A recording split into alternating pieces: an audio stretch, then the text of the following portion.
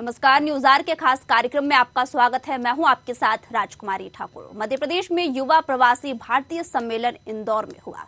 इसके बाद 11 और 12 जनवरी को ग्लोबल इन्वेस्टर्स मीट 2023 का आयोजन हो रहा है। ऐसे में इन्वेस्टर्स को लेकर बीजेपी और कांग्रेस में आरोप प्रत्यारोप का दौर जारी है। सबसे पहले देखिए न्यूज आर की एक खास रिपोर्ट, फिर करेंगे चर्चा। 11 और 12 जनवरी को होगा आयोजन। बीजेपी और कांग्रेस में आरोप प्रत्यारोप जारी। भाषण से निवेश नहीं आते, कमलनाथ ने कहा। शिवराज लाए निवेश, रजनीश ने कहा। 11 और 12 जनवरी को ग्लोबल इन्वेस्टर्स मीट का 2023 का आयोजन होना है। सरकार का उद्देश्य है इससे इन्वेस्टर्स का विश्वास बढ़ेगा, लेकिन पूर्व सीएम कमलनाथ ने अपनी कुछ अलग ही प्रतिक्रिया दी है। पूर्व सीएम कमलनाथ ने कहा कि मैं काम करता हूं, दिखावा नहीं।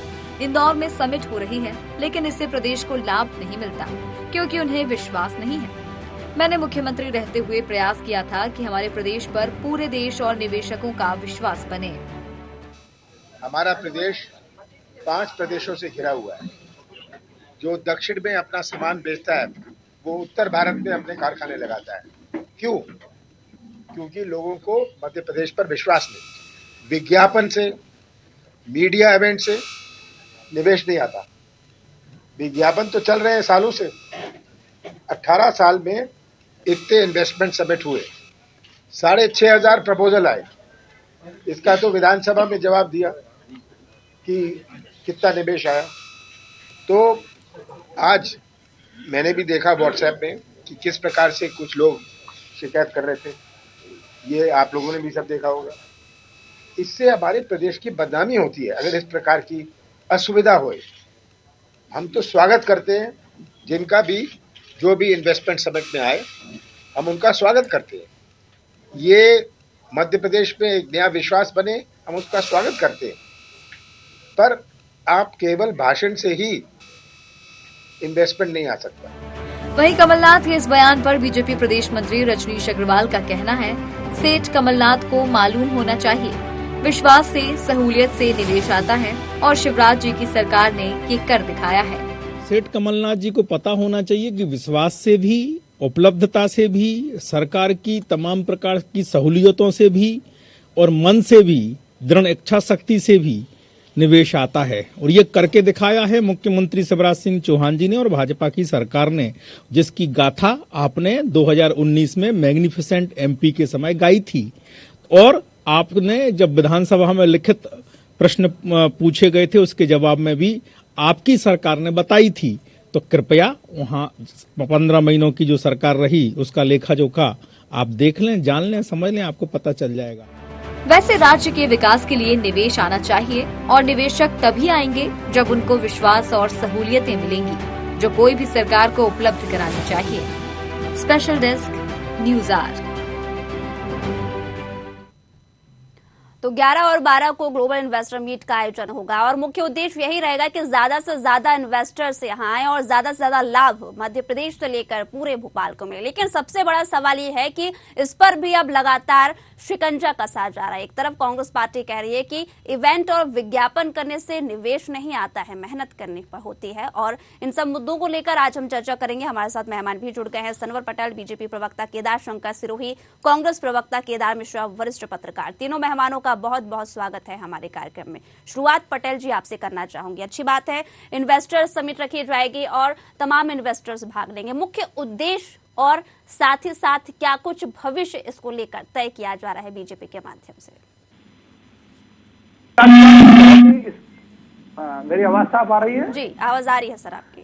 देखिए राजकुमारी जी, बहुत ही स्पष्ट इसमें उद्देश्य है कि मध्य प्रदेश आत्मनिर्भर कैसे बने, मध्य प्रदेश समृद्धशाली कैसे बने, मध्य प्रदेश की जो आम जन है, जो एक बीमारू राज्य से हम विकासशील राज्य बने, विकसित राज्य बने। हम प्रथम राज्यों में आए हैं तो हम प्रथम राज्य कैसे बने जी। ये मध्य प्रदेश का आम जन, गांव, गरीब, किसान कैसे समृद्धशाली बने, यहाँ का सुशासन, यहाँ की सड़कें, यहाँ की बिजली, यहाँ का पानी, ये आकर्षित करता है इन्वेस्टर्स को। और आज हम सौभाग्यशाली हैं कि 17वां जो प्रवासी सम्मेलन हुआ है वो मध्य प्रदेश में हुआ है।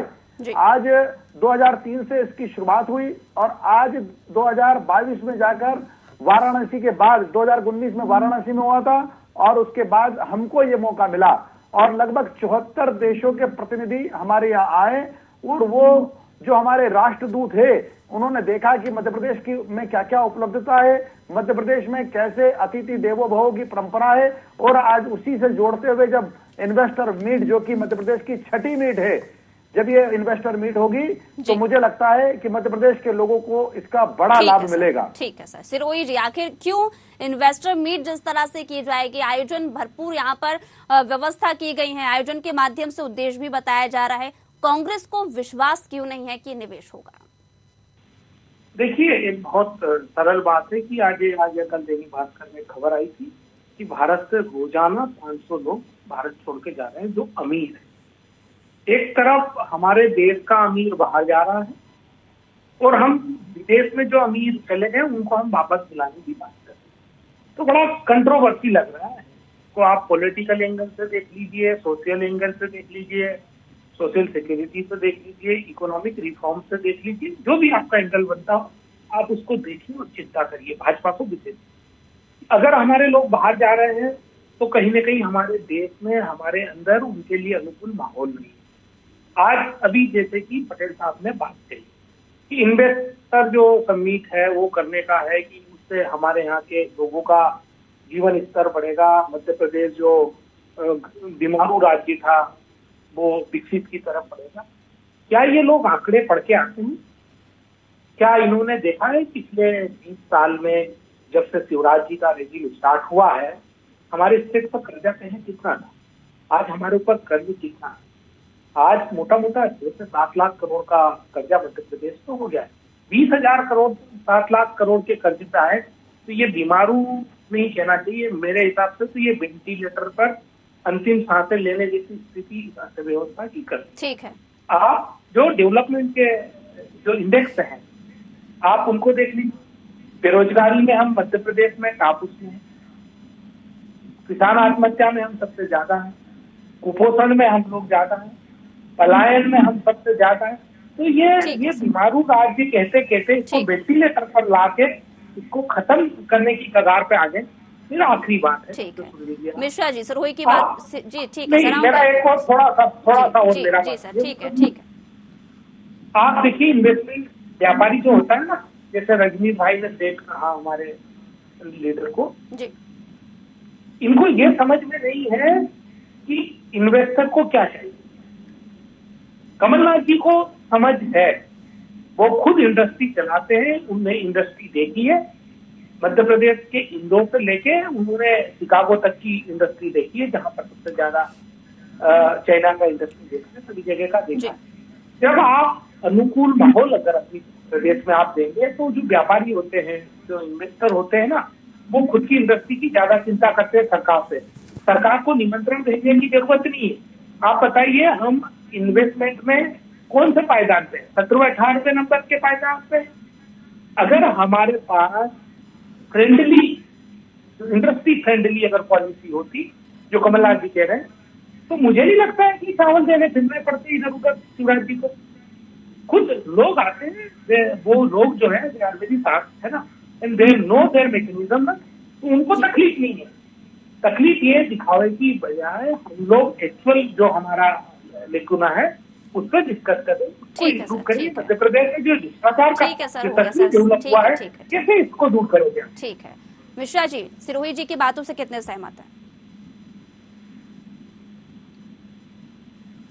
सिरोही जी की बातों से सहमत का जो विषय है कि कमलनाथ जी एक अच्छे उद्योगपति के साथ साथ एक राजनीतिक नेता भी हैं, इस बात से तो मैं सहमत हूँ। इन्वेस्टर मीट में या कोई भी जब हम आयोजन करते हैं तो अपने प्रदेश की उपलब्धि, अपने प्रदेश की उद्योगपतियों के समक्ष रखते हैं कि हम आपको क्या छूट देंगे, प्रदेश के विकास के लिए हम आपसे हैं, और इस तरह के आयोजन होते हैं। लेकिन इस आयोजन में जब MOU होता है और उस MOU के बाद जब लागू करने की बारी आती है तो ये देखना पड़ेगा कि लागू करते समय जितने एमओयू हुए उसमें से सही रूप से उद्योग कितने लोगों ने स्थापित किया है, जी। प्रदेश के युवाओं को कितने लोगों ने रोजगार दिया है, और इसमें हम सफल नहीं होते हैं, केवल आयोजन ही करते रहते हैं।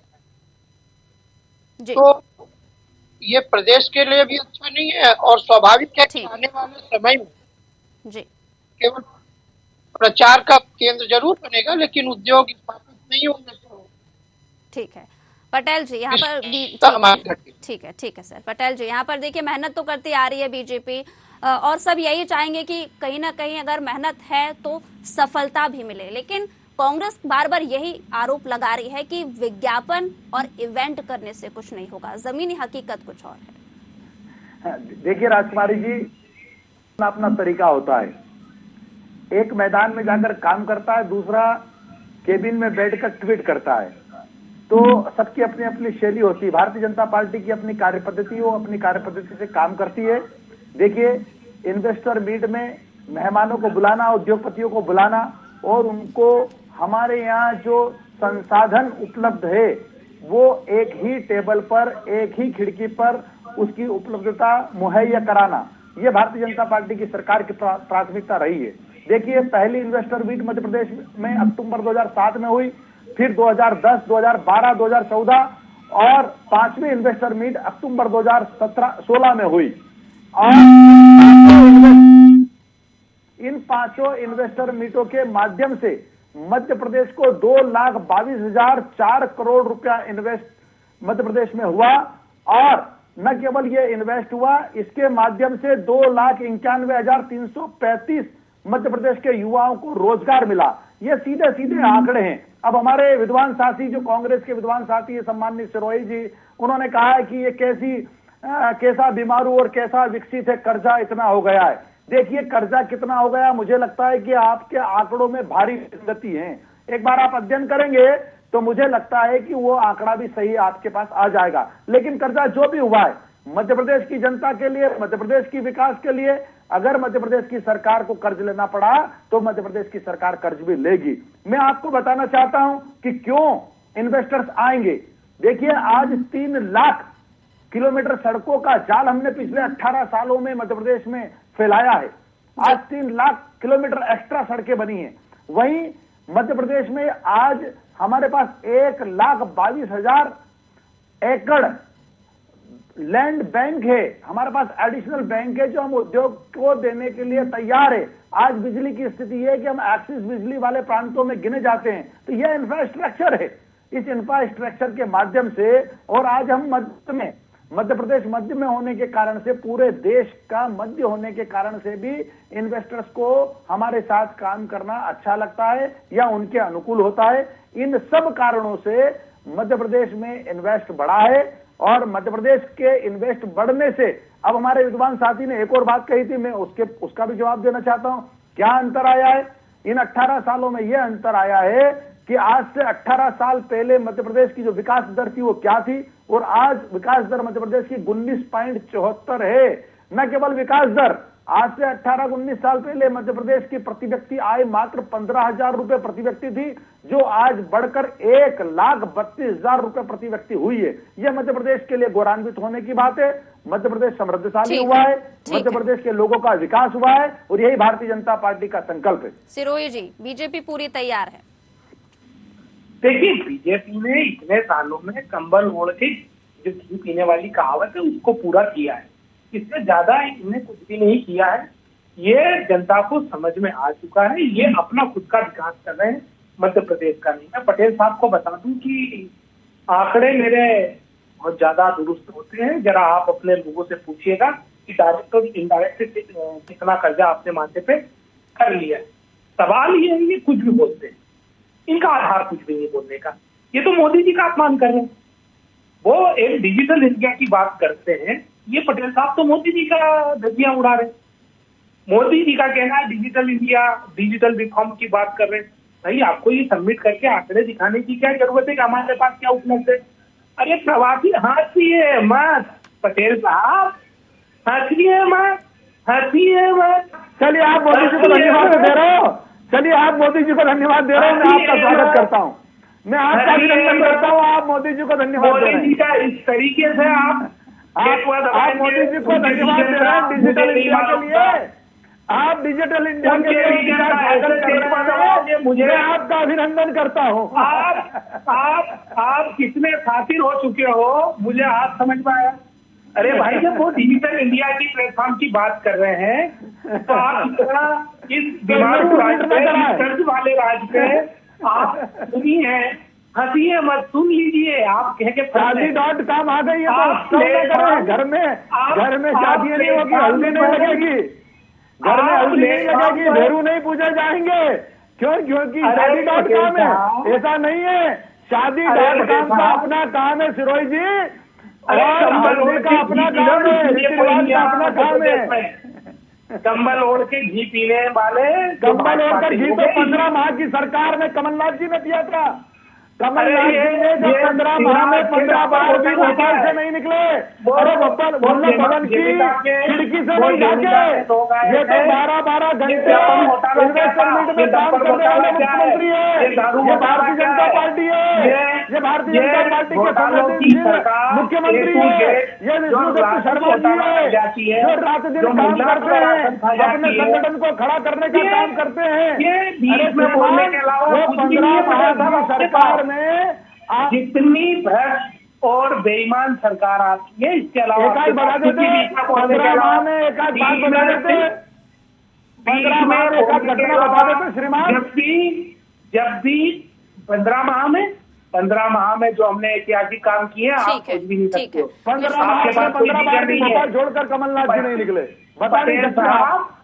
आपके लोगों को जिस तरीके से आईएएस चलाते हैं, एक आदमी का 2 लाख रुपए का कर्जा माफ नहीं हुआ, एक युवा को बेरोजगारी भत्ता नहीं दिया, एक बेटी को स्कूटी नहीं दी, एक दूध का बोनस नहीं दिया, खेती का बीमा नहीं भरा, पॉलिसी नहीं भरी, अरे साहब क्या कर दिया। 3 लाख मध्य प्रदेश में पद खाली है, 3 लाख मध्य प्रदेश में पद खाली है। 15 माह में वल्लभ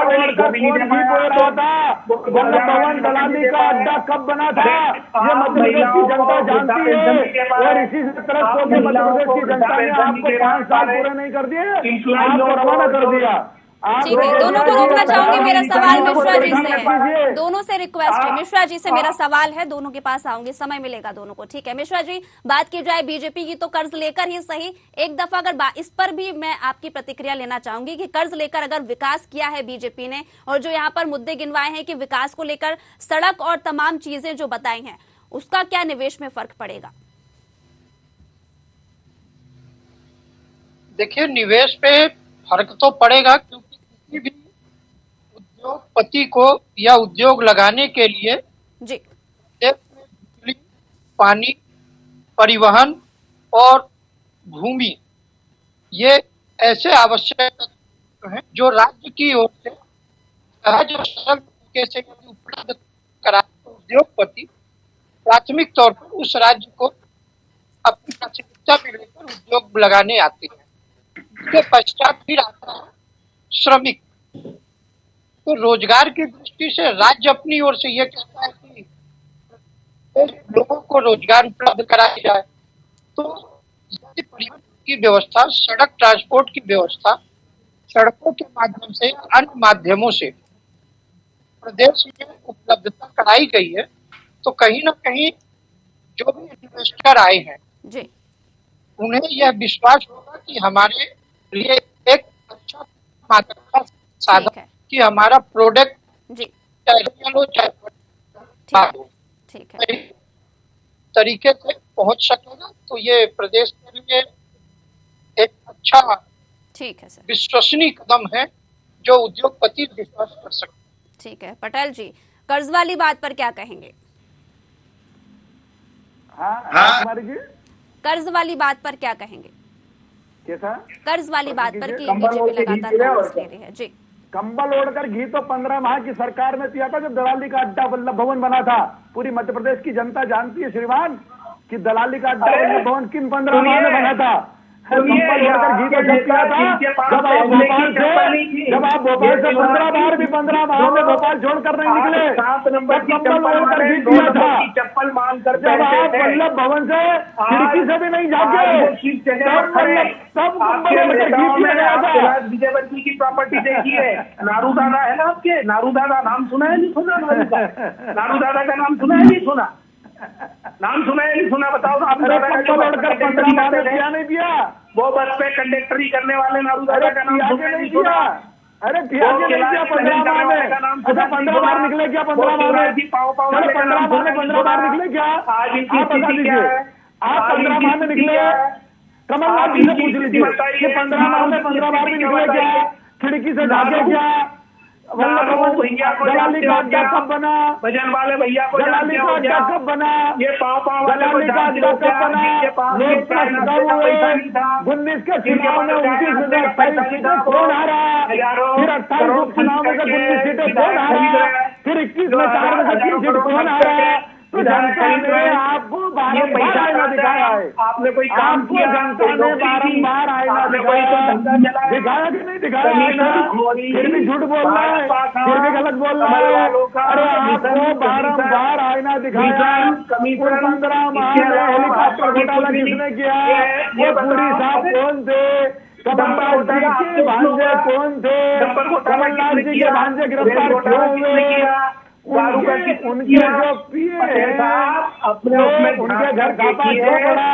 गरीबों की पेंशन खा गए हो। अरे श्रीमान 15 माह में आपने जांच चल रही है, त्रस्त कर दिया मध्य प्रदेश की जनता को, किसानों का, इसलिए जनता परेशान हो गई। जनता ने आपको आईना दिखा दिया, आपको टाटा कर लिया, आपको बाय बाय कर लिया, आपको सत्ता से बाहर कर दिया।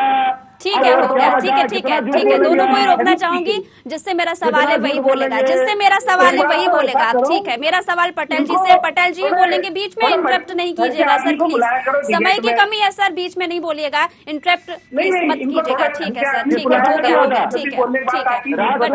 पटेल जी मेरा सवाल आपसे ये है कि कर्ज माफी को लेकर क्या बोलने देना? ये कमीशन की बात करने वाले तो अपने किससे प्रश्न कर लीजिए, जनता देख रही है, प्रश्न किससे कर रहे हैं? ये मध्य प्रदेश तय कर लीजिए, जनता देख रही है, प्रश्न किसने किया था? मालूम है हमारे जो प्रवक्ता साथी कांग्रेस के वो सुनना नहीं चाहते वाले आप लोगों के पास। मेरी दोनों से रिक्वेस्ट है, प्लीज शांत हो जाइए। सिरोही जी, सिरोही जी, सिरोही जी, ठीक है, कोई एक तो सुन लीजिए। ठीक है, हो गया, कोई एक शांत हो जाइए। पटेल जी, ठीक, पूरी जगह सवाल कर रही है राजकुमारी जी, दोनों पर लूट मचा रखी है। अगर मुझसे सवाल कर रहा है किसानों को 200 रुपए का यूरिया की हो रही है। आप देखिए जो लोग आए वो किस तरह का बोल रहे हैं कि शिवराज जी को तो इमीडिएट हटा देना चाहिए, 3000 लोगों की व्यवस्था नहीं कर पाए। हो गया सिरोही जी आपका, सिरोही जी हो गया, प्लीज रिक्वेस्ट है सिरोही जी आपसे, रिक्वेस्ट कर रही हूँ सर, प्लीज शांत हो जाइए। सिरोही जी आपको मौका दिया ना मैंने, ऐसा तो नहीं है कि आपको मौका नहीं मिला है। बीच में आके राजकुमारी जी किससे सवाल कर रहे हैं? सेंटर ही खराब है। सवाल किससे कर रहे हैं? सिरोही जी मेरी रिक्वेस्ट है आपसे, शांत हो जाइए। सिरोही जी रिक्वेस्ट है, मैं आवाज म्यूट कर दूंगी आपकी, आप दोनों की आवाज म्यूट कर दूंगी मैं। इस तरीके से डिबेट में दोनों लड़ते हुए नजर आ रहे हैं, दोनों की आवाज म्यूट कर दूंगी मैं। नहीं, बिल्कुल दोनों को शांत रहे, दोनों शांत रहे। लाइव डिबेट में अगर दोनों बोलेंगे जनता को कुछ समझ नहीं आएगा। कुछ ये समझ नहीं दे रहे। सिरोही जी आप नहीं समझ रहे हैं मेरा सवाल। पटेल जी से आप बीच में क्यों बोल रहे हैं? रिक्वेस्ट है सर आपसे, शांत हो जाइए। सिरोही जी शांत हो जाइए, सिरोही जी रिक्वेस्ट है सर आपसे। पटेल जी, कर्ज लेकर विकास कर रही है बीजेपी सरकार, क्या कहेंगे इसे लेकर? मैं इसका जवाब दे चुका हूं। मध्य प्रदेश की जनता के लिए, मध्य प्रदेश के विकास के लिए भारतीय जनता पार्टी की सरकार को जो भी करना हुआ भारतीय जनता पार्टी की सरकार करेगी। और हमारे विद्वान साथी, जिनको मैं विद्वान बोल रहा था, जिस तरीके का उनका व्यवहार है, 30 राज्यों से 2 राज्यों पर सिमट गई है कांग्रेस, 404 से 44 पर आ गई है, फिर भी अगर उनको समझ में नहीं आता, उनको लगता है वो ठीक है, तो ऐसा ठीक आपको मुबारक हो। ठीक है, सिरोही जी प्रतिक्रिया। देखिए, हमें भाजपा की नीति नीति पे नहीं चलना है। जो खरीद फरोख्त करके सरकार बना लेना, इसको कोई जनता का मैंडेट नहीं मानते हैं। ये हर जगह वही कर रहे हैं। पूरी देश को पता पड़ गया आने वाले साल में ये किस तरीके से हटेंगे, ये आपको अब समझ में आ जाएगा। अभी हिमाचल में क्या इनके साथ हुआ है वो देखिए। सवाल ये है, गुजरात में निकाल दीजिए इनको। अरे हिमाचल किसका था? गुजरात में याद कर लो। अरे गुजरात में याद कर लीजिए। गुजरात में अरे क्लीन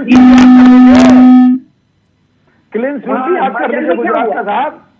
हिमाचल में क्या याद कर लीजिए। अब ये देखिए, ये बीच अरे मध्य प्रदेश से लगा हुआ है।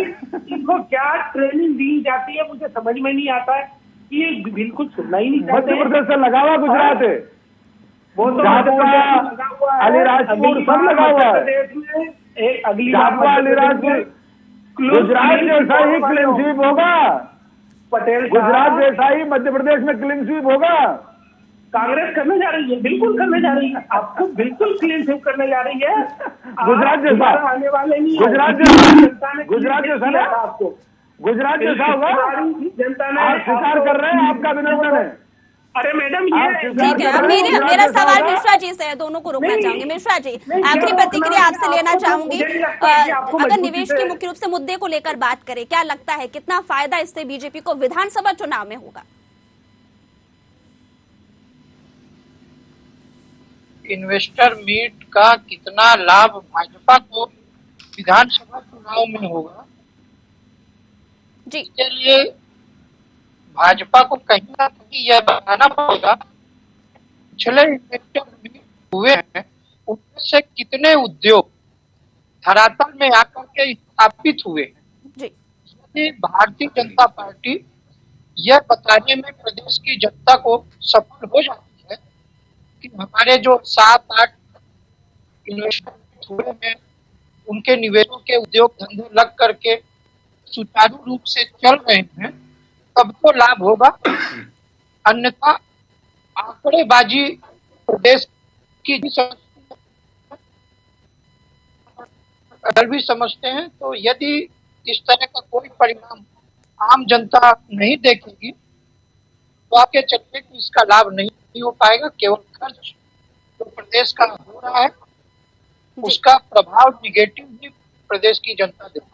जी सर, और इसी के साथ तीनों मेहमानों का बहुत बहुत शुक्रिया हमारे कार्यक्रम के साथ जुड़ने के लिए। आपको बता दें कि 11 और 12 जनवरी ग्लोबल इन्वेस्टर मीट का आयोजन होगा। तमाम तैयारियां बीजेपी ने कर रखी। उम्मीद यही जताई जा रही है कि इससे कहीं ना कहीं लाभ मध्य प्रदेश की जनता को, निवेश बढ़े और साथ ही साथ बेरोजगारी से लेकर तमाम मुद्दों को लेकर जिस तरह से कांग्रेस बीजेपी को घेरती नजर आती है उस पर कहीं ना कहीं लगाम लगाई जा सके। लेकिन खैर, ये तो आने वाला समय ही बताएगा कि आखिरकार जो बीजेपी का उद्देश्य इन्वेस्टर्स मीट को लेकर है वो पूरा होता है या नहीं, या फिर कांग्रेस जिस तरह से कहती नजर आ रही है कि अच्छे विश्लेषक, अच्छे राजनीतिक और उद्योगपति कमलनाथ है तो उनसे अच्छा इन्वेस्टर्स कोई नहीं कर सकता। लेकिन फिलहाल मुझे दीजिए इजाजत, जुड़े रहिए न्यूज़ आर के साथ। नमस्कार।